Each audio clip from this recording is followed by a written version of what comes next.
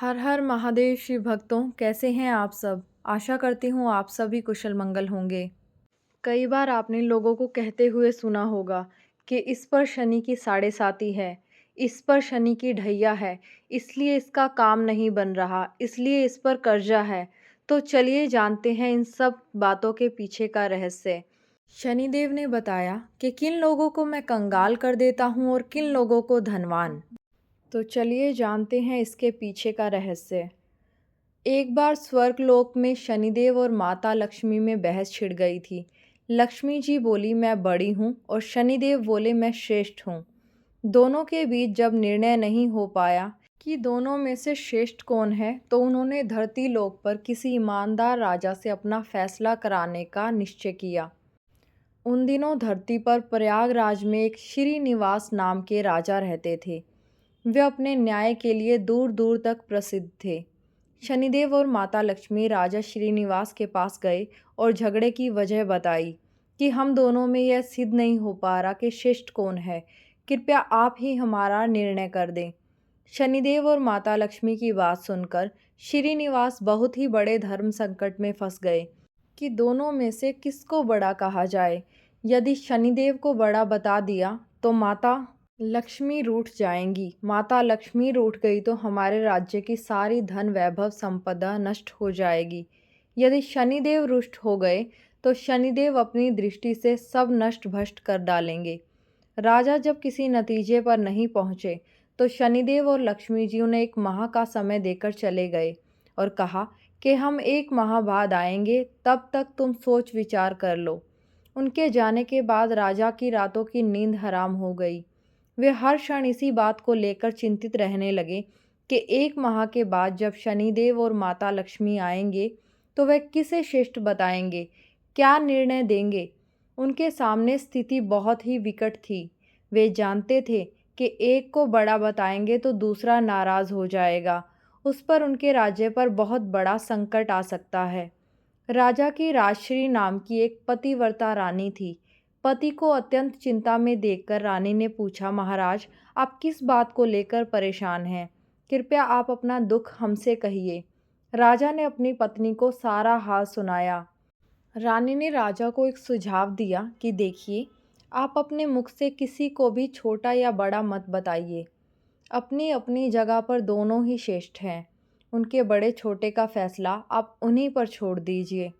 राजा की पत्नी ने कहा, महाराज आप एक काम करिए, एक सोने का और एक चांदी का सिंहासन बनवाएं।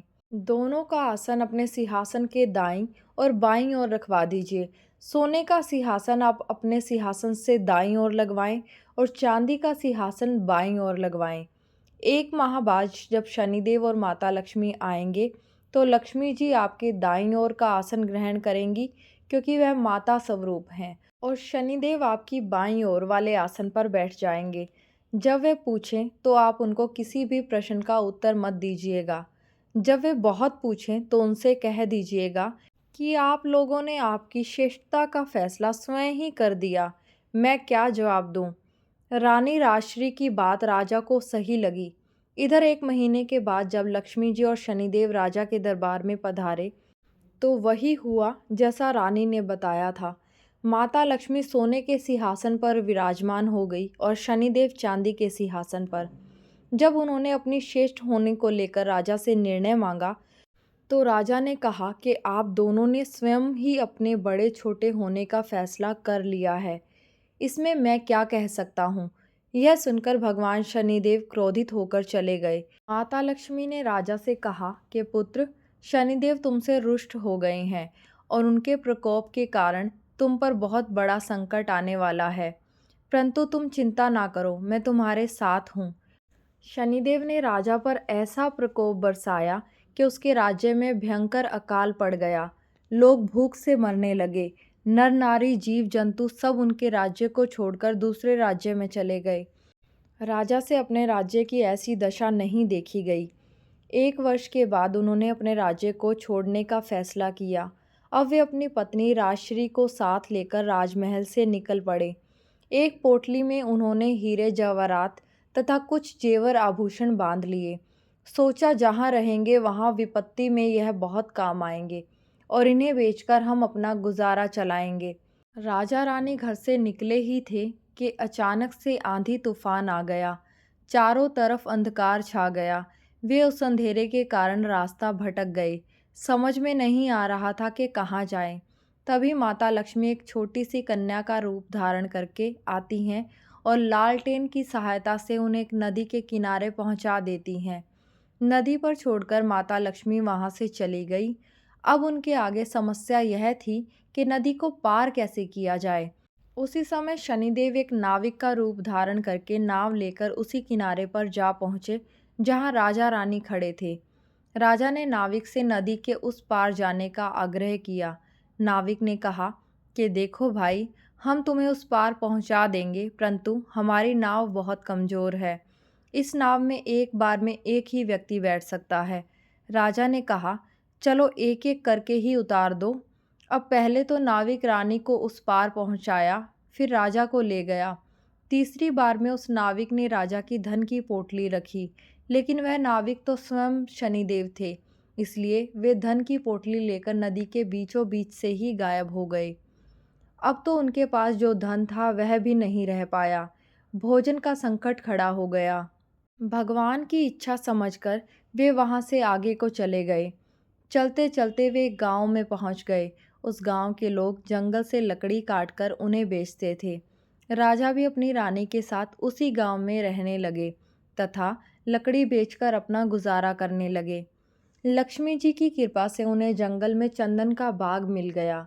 राजा ने चंदन की लकड़ियों को बेचकर काफ़ी पैसा कमा लिया। अब तो उसका जीवन बड़े ही सुखपूर्वक बीतने लगा। राजा और रानी को सुख चैन से जीते देखकर शनिदेव ने एक और नई चाल चली।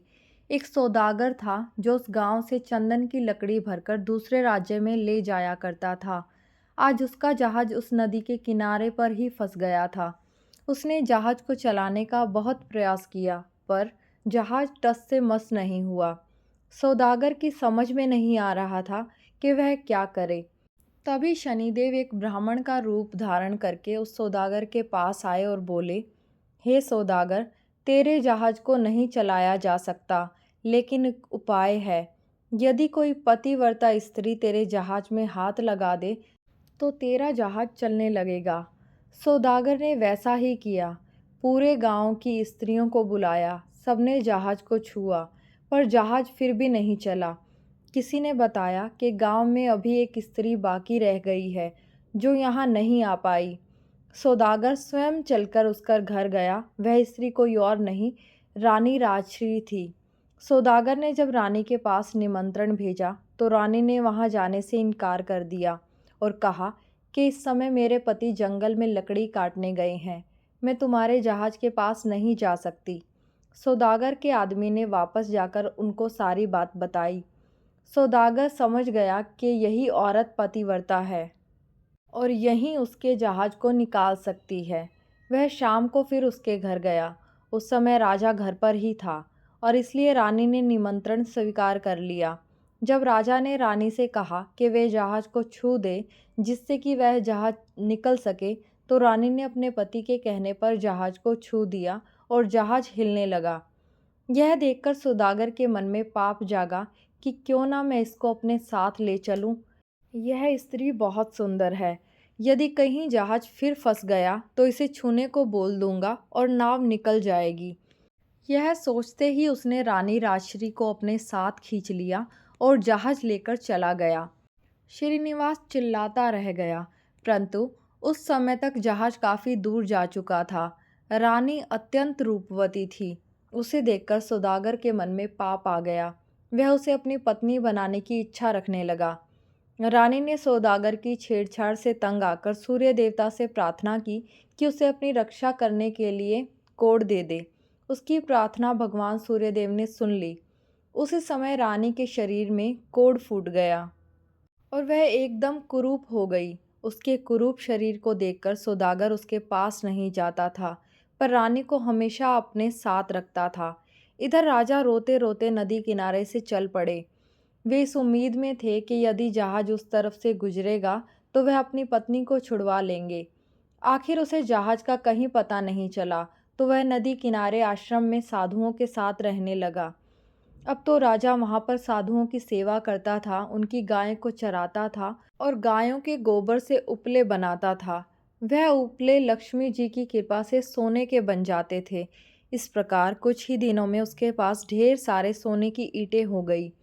एक दिन जो सौदागर राजा की पत्नी को ले गया था, उसका जहाज उसी नदी पर आया। राजा ने सौदागर को पहचान लिया। उसने सौदागर को ईंट दिखाकर कहा, यदि सौदागर उसे साथ ले चले तो वह सोने की ईंट सौदागर को दे देगा। सौदागर ने राजा को पहचान तो लिया था, परंतु सोने की ईंटों के लालच में उसे अपने पास बैठा लिया। ईंटों को भी जहाज में भरवा लिया। जब जहाज चल पड़ा तो सौदागर ने राजा को नदी में फेंक दिया। राजा की चीख पुकार रानी ने सुन ली और उसने तुरंत ही एक तकिया जल में फेंक दिया। उस तकिए के सहारे से राजा एक पुल पर पहुंच गए। राजा को वहां के लोगों ने निकाल लिया। उन लोगों ने राजा से पूछा कि आप कौन हैं और कहां से आए हैं। राजा ने कहा कि वे एक अत्यंत ही दुखी आदमी हैं, जिसका सब कुछ लुट चुका है, उसके पास कुछ नहीं बचा। वहाँ के लोगों ने उसे पकड़कर राजा के पास ले गए। श्रीनिवास ने राजा से नौकरी मांगी। राजा ने श्रीनिवास को अपने यहाँ बगीचे में माली का काम दे दिया। उस राजा की एक पुत्री थी। उसके लिए नित्य फूलों का सुंदर गजरा एक मालिन लाती थी। एक दिन राजकुमारी ने मालिन से पूछा कि आजकल गजरे कौन बनाता है। मालिन ने राजकुमारी को बताया कि एक नया नौकर आया है जो बहुत ही सुंदर गजरे बनाता है। राजकुमारी ने उस नौकर को देखने की इच्छा जताई। जब उसने राजा को देखा तो वह उस पर मोहित हो गई और श्रीनिवास से ही विवाह करने की जिद ठान ली। राजा ने बहुत मना किया, परंतु जब राजकुमारी नहीं मानी तो उन्होंने लाचार होकर दोनों का ब्याह कर दिया और उन्हें जंगल में एक मकान दे दिया। धीरे धीरे समय बीतता चला गया। राजा श्रीनिवास ने राजकुमारी से कहा, ऐसे बेकार बैठे रहकर मेरा मन नहीं लगता। तुम अपने पिता से कहो कि मुझे जहाज़ों की चुंगी का ठेका दे दें। राजकुमारी ने अपने पिता के पास यह प्रस्ताव भेजा तो राजा ने कहा, ठीक है। अब तो श्रीनिवास अपने आने वाले जहाज़ों से चुंगी लेता था। इसी प्रकार जब 7 वर्ष बीत गए, शनिदेव का प्रभाव खत्म होने को आया। एक दिन सौदागर का जहाज वहीं से गुजरा तो श्रीनिवास ने उस जहाज को रोककर उसे आगे जाने से रोक दिया। सौदागर को यह देखकर बड़ा ही क्रोध आया। वे तुरंत शिकायत लेकर राजा के पास पहुंचे। राजा ने जब श्रीनिवास से पूछा कि वह सौदागर के जहाज को क्यों नहीं जाने दे रहा, तो श्रीनिवास ने बताया कि महाराज, इस सौदागर के पास मेरे सोने की ईंट है, यह मेरे सोने की ईंट नहीं दे रहा। राजा ने कहा, तुम्हारे पास क्या प्रमाण है कि इसके पास जो ईंट है वह तुम्हारी है। तो श्रीनिवास ने कहा, महाराज, आप इसे दरबार में सब लोगों के सामने बुलाइए। वह ईंट एक तरफ से जुड़ी हुई है। यदि सौदागर ईंट खोल देता है तो यह सारी ईंट उसकी हैं। यदि ईंट नहीं खोल पाता है तो उन ईंटों को मैं खोलकर दिखाऊंगा। वह ईंटों को दरबार में लाया और सौदागर से कहा कि यदि यह तुम्हारी सोने की ईंटें हैं तो तुम इन्हें खोल कर दिखाओ। यदि तुम नहीं खोल पाते हो तो वह ईंट तुमसे ले ली जाएंगी। सौदागर शाम तक ईंटों को खोलने का प्रयास करता रहा, परंतु उससे एक भी ईंट नहीं खुल पाई। अंत में जब शाम हो गई तो राजा के दामाद श्रीनिवास की बारी आई। उन्होंने चंद मिनटों में ही उन ईंटों को खोल दिया। तब राजा ने पूछा कि वह कौन है, तो श्रीनिवास ने पूरी कहानी बताई और बताया कि मेरी पत्नी राजश्री को इस सौदागर ने छीन लिया है। कृपया मुझे मेरी रानी दिलवा दीजिए। राजा ने सौदागर से कहकर तुरंत रानी राजश्री को पालकी में बुलवाया और सौदागर को पकड़कर कड़ी सजा दी। रानी राजश्री ने पुनः सूर्य देवता से प्रार्थना की कि वे मेरे रूप को फिर से पहले वाला कर दें। भगवान सूर्य देवता की कृपा से रानी फिर से सुंदर हो गई। राजा ने आदरपूर्वक श्रीनिवास को खूब सारा धन देकर विदा किया। साथ में राजश्री को भी उसने अपनी बेटी मान लिया और खूब धन दौलत देकर राजा को प्रेम पूर्वक अपनी बेटी सहित विदा किया। राजा पुनः अपने राज्य में लौट आया और फिर राज सिंहासन पर सवार हो गया। एक दिन शनिदेव ने प्रकट होकर राजनिवास से कहा, हे राजन, हम दोनों की स्पर्धा तो एक बहाना था। हम आपके सत्य की परीक्षा ले रहे थे। अब मैं तुम्हें बता रहा हूँ कि कौन से लोग नाश को प्राप्त नहीं होते हैं।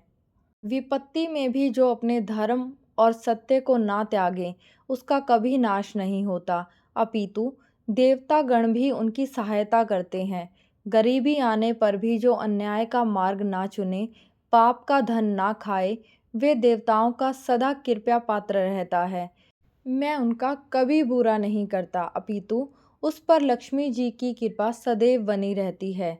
धन संपदा पाकर भी जो अभिमान न करे, जो किसी को अपमानित ना करे, मैं कभी उसका बुरा नहीं करता, अपितु उसकी सहायता ही करता हूँ। मेरी कृपा से लोग पल भर में धनवान बन जाते हैं और मेरी प्रकोप से पल भर में कंगाल हो जाते हैं। हे राजन, जाओ, मेरे वरदान से तुम्हारा राज्य फिर से संपन्न हो जाएगा, धन दौलत से संपन्न हो जाएगा, तुम्हारी प्रजा खुशहाल हो जाएगी और कभी दुख दरिद्रता तुम पर नहीं आएगी। राजा को वरदान देकर शनिदेव और माता लक्ष्मी वहाँ से चले गए। जय माता लक्ष्मी, जय शनिदेव महाराज। अगर वीडियो पसंद आई हो तो लाइक करें और हमारे चैनल को सब्सक्राइब करें। धन्यवाद।